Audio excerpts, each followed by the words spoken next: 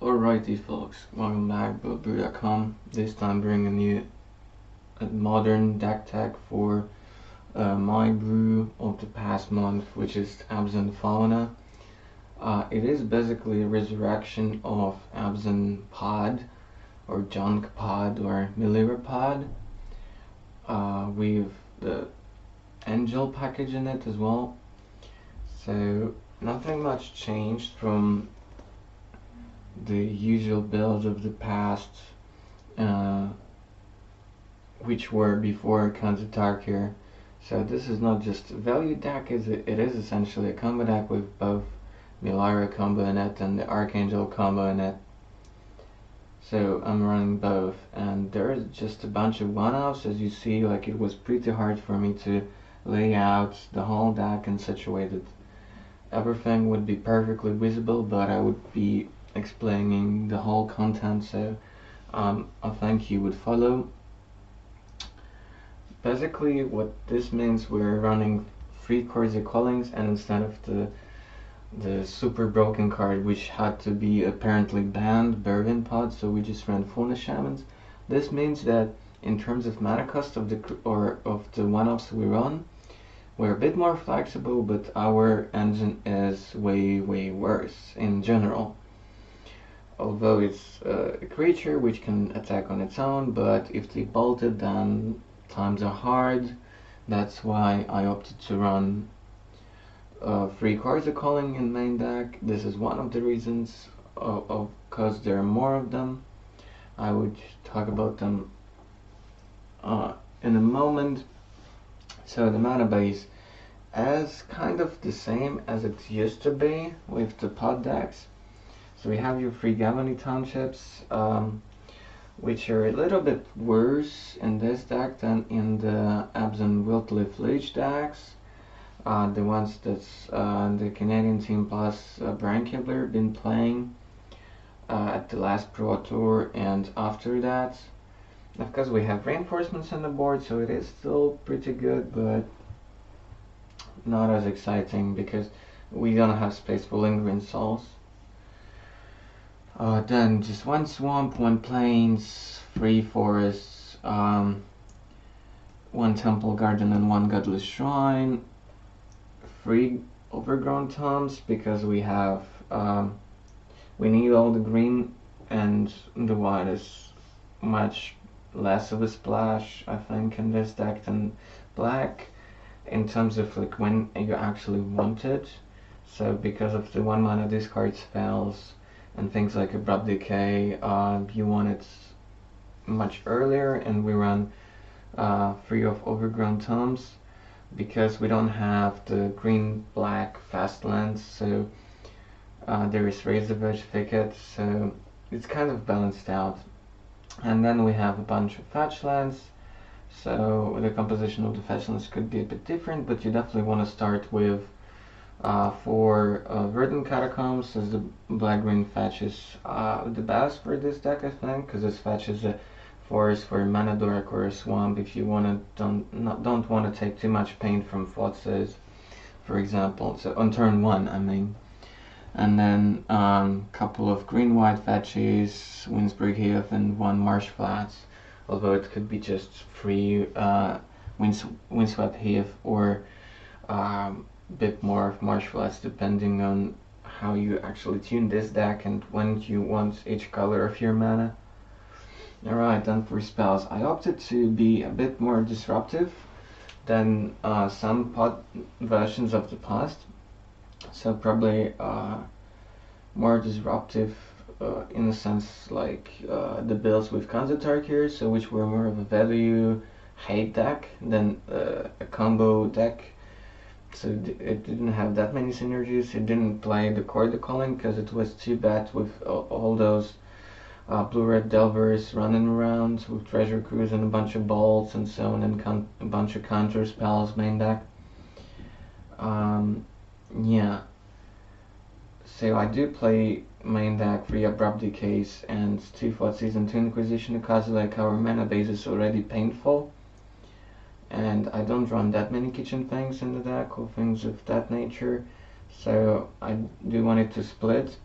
it makes my deck a little bit worse against decks like Amulet of Vigor, but it's still fine. So if you feel like there's not many burn decks in your area, you could opt for 4 Thoughtseizes in main and maybe like 1 Inquisition sideboard, or just tweak the numbers a little bit. But this is probably the safest split. And we have like 1 more Juris in the sideboard, but I'll touch the sideboards in a moment. Of course, your 7 mana dorks, 3 nobles and birds of paradise, and not the other way around. It's not 3 birds and 4 nobles, because you want access to black mana as often as possible, and Exalted's trigger is not as huge of a thing here like in Infect decks, for example. And then we already mentioned 4 Fauna Shamans, but then I found that I want all 3 Voice of Resurgence in the deck, because it's so awesome against all the blue decks and so awesome against Abzan decks, because you get a lot of value out of it. It distracts their attention. They have to spend removal on it, or it makes their plays much more inconvenient. And it's fun to have this kind of versatility, resilience package in the deck, and it's all around decent to drop, especially because we don't run Lingering Souls as our kind of more persistence package, so we need like 3 Voice of Resurgence in the deck. So the Wilt Leaf Abzan does run Voice of Resurgence for all the same reasons, and plus because it's probably their best to drop. Our best to drop is Fauna Shaman, but oh well. And then obvious one of Scavenging Ooze in the deck. You can't really go without it. It's all around with cards. We only run 1 off in main and 1 extra 1 in sideboard, because we've basically 7 tutor effects. We don't really need more than 1 in main deck, I think. And then because eventually I arrived at 3 Chords of Callings, I did put 1 Wall of Roots. I initially had the funky Necroticus package, but it was occupying so much space.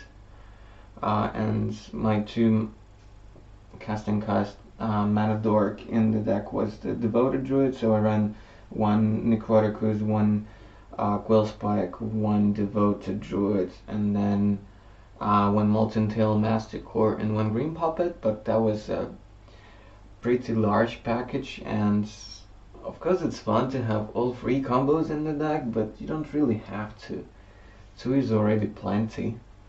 And I did want to have those 2 for sure, but the third one was a bit excessive, so I put in the Wall of Fruits. And it's also pretty great in this deck, because it blocks if you very well Tassigurs and Siege Rhinos, if you don't put counters on it, so really love it. And of course, like 1 of Melira. I've seen some builds which wanted to go kind of all in on the Melira package, running multiples of each combo piece, but I don't think it's the way to go. You don't want to be relying so much on the combos, and Melira is actually getting extra value right now, because the blue-green Infect deck has increased drastically in popularity. And then continue with all other one-offs. 1 Kitchen Finks, of course, 1 Eternal Witness, you can't play without it. I don't run Reclamation Sage in main deck or sideboard, but Pridemage is much better as a main deck card, and because of the Fauna Shaman, it gives us a bit of breathing space in terms of how much mana we need to spend each turn. So of course you have to nuke it, but then you can bring it still back with Witness or Revelark and so on, and it's cheaper to get it with the Chord of Calling. Of course, 1 of Murderous Redcap. You don't want more than 1 of those, I think, because you run both combos, and it's actually not that insane right now. My favorite use of Redcap is basically if you survive early turns, basically kill opposing Eidolon with Great Revel and not take 2 extra damage from casting the Redcap. Then because one Viscera Seer, it could be that you might want one extra piece of each combo, but then you'll have to cut a lot of really sweet cards from the deck, and you still have plenty of ways to get your guys back from the graveyard, like Witness and Revelark. Because if they remove your graveyard or things like that, so it's bad. But because of having Archangel plus the Spike Feeder in the deck, you're much less vulnerable to all the graveyard hate. And of course, one of Spellskite to kind of hedge against everything. My best feature of Spellskite is that not only it fizzles twin decks and fizzles affinity decks to some extent because of Ravage and so on, and it's really a nuts card against Infect decks, and because of that they are forced to play Twisted Image in the sideboard just to address this stupid artifact creature. But against Affinity, another thing that comes up quite often, I think, if you play a deck like this, and because Spellskite is a common card in many decks, is that you can actually seaside it to save yourself one turn when they attack with Edge Champion, and equip it with a Cranial Plating. And of course it's superb if they don't have plating but have the champion in play, so you can just block all day. And then the card I initially, after developing this build, had in my sideboard was so Orzhov Pontiff. It wasn't my sideboard, but then I realized it's actually quite good against all the tier 1 decks at the moment. It's good against Infects, to nuke their nobles and elves and ancients and so on. It forces them to pump their guys, so it gives you a bit of breathing room. And if you have Viscera Seer in play, it becomes really insane. It's good against Twin, and because we're on free Chord of Calling, so you can get it out at instant speed, and then things become so complex for them. And once again, especially if you have Seer in play, to kind of have an extra instant effect when you actually need it. Yeah, it's good against all the decks with Lingering Souls, like Abzan Midrange and Wild Leaf Abzan. It's good against Affinity. Yeah, all around good card right now in the metagame to have main deck. You can always side it out. It's not a big deal, and it's always cyclable with Fauna Shaman. You don't even have to cast it, so you can always just cycle it away for something that you need more. And of course, Spike Feeder and Archangel combo in the deck. I really like that, especially with a lot of burn decks in the metagame. If you manage to survive until you cast Archangel, there is very little that they can do. Just try to win on the spot, or try to win via like Skullcrack or Flames of Bloodhand, things like that. But if you get to connect with it, then it's an ongoing train. It's often better than having an extra Finks in there. And because you do have a bunch of tutors in the deck, so Finks, you would more or less get it quite often into play against them, even though it's a one-off. And Archangel is a 5 mana, which is surprisingly relevant against all those Eidolons. So from Finks, you basically break even if they have Eidolon in play. Archangel, you don't take extra damage. It's a bigger body, evasive, and if they attack, you just block. Of course, they can Skullcrack, but then it's still a much better trained than with Kitchen Finks. You eat their guy, and then they have to spend another removal on it or something like that. Otherwise, you would just get back in the game so easily. And of course, the Revelark, to bring whatever you want, and Revelark becomes really good in this deck because not just Voice of Resurgence and all the combo pieces, but also because Fauna Shaman is so tiny, so it makes it so much better. Off the sideboard, so there is one of Juris. I just wanted to have that extra 1 mana discard spell, It could be just another Inquisition of Thoughteize, I'm not sure, but Juris kind of hits it all. It hits Splintered Twin as well, because it doesn't hit the Exarch, but Inquisition doesn't. But Juris is good because it can take anything away from burn decks, and you don't take 2 damage. And Juris is also good against, let's say, decks like Scapeshift. So the composition between the 1-mana discard spell could be definitely changed depending on what you anticipate to see in the tournament. But I like Juris for now. And then Sin Collector, because it's another disruptive creature, and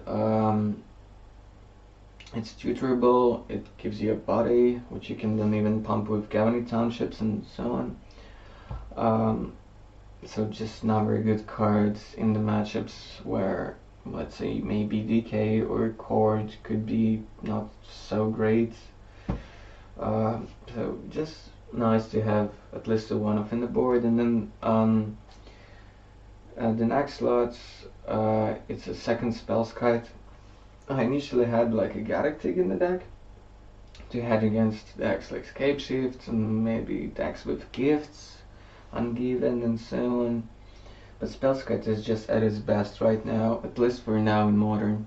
Then Entomber Exarch, our usual kind of disruption slash raise that kind of guy, which is still solid. You definitely bring it in against the archetype, which is still alive, which is blue-white red controller mid-range.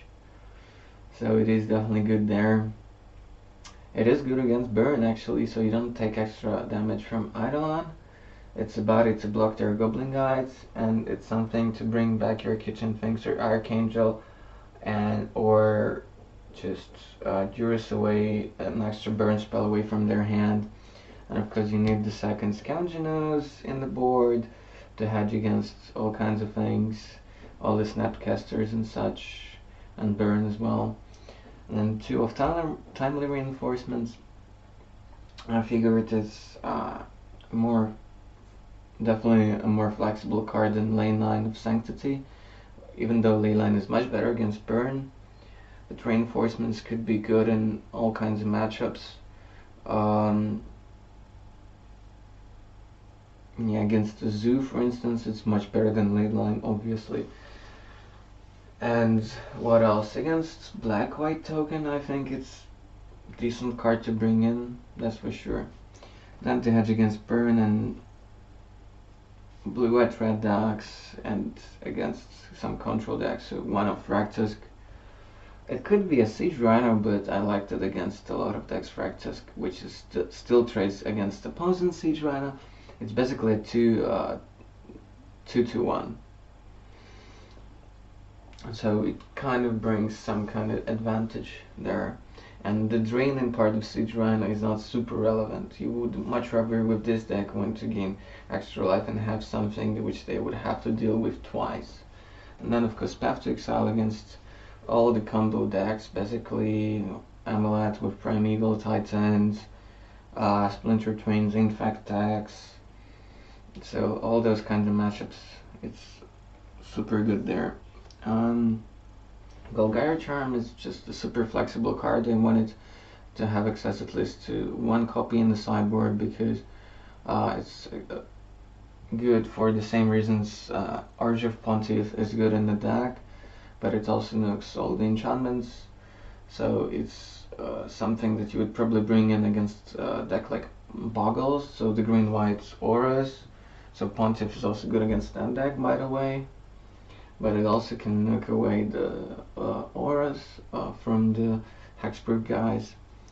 Then Mind Sensor is debatable that it's that great right now. There are not that many kind of decks where you would absolutely need it against. But Scapeshift is still alive. Then Amulet deck is quite good right now. Well, it's been good, just people didn't realize it was good. But now people know that it's good, let's say so. Maelstrom Pulse is good against Lingering Souls. and just all around solid removal spell, and then a couple of cards to hate against affinity.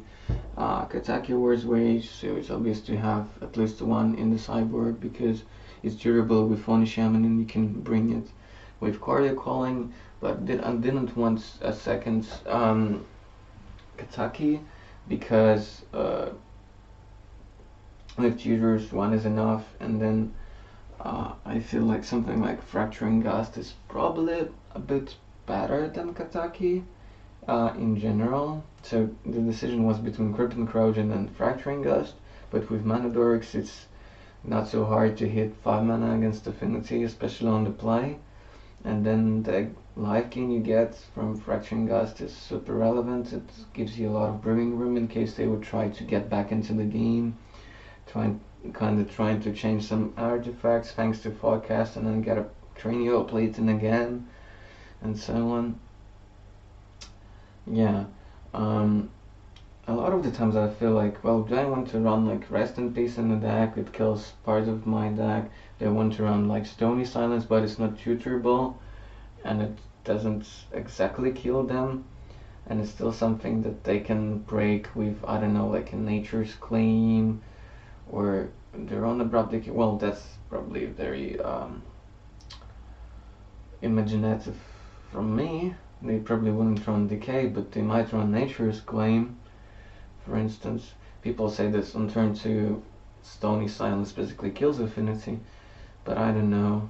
I feel like I would much rather have Fracturing Gust, which is also very nice against the Boggle stack. Just kills everything and you gain a bunch of life. And Boggles could be tough, actually.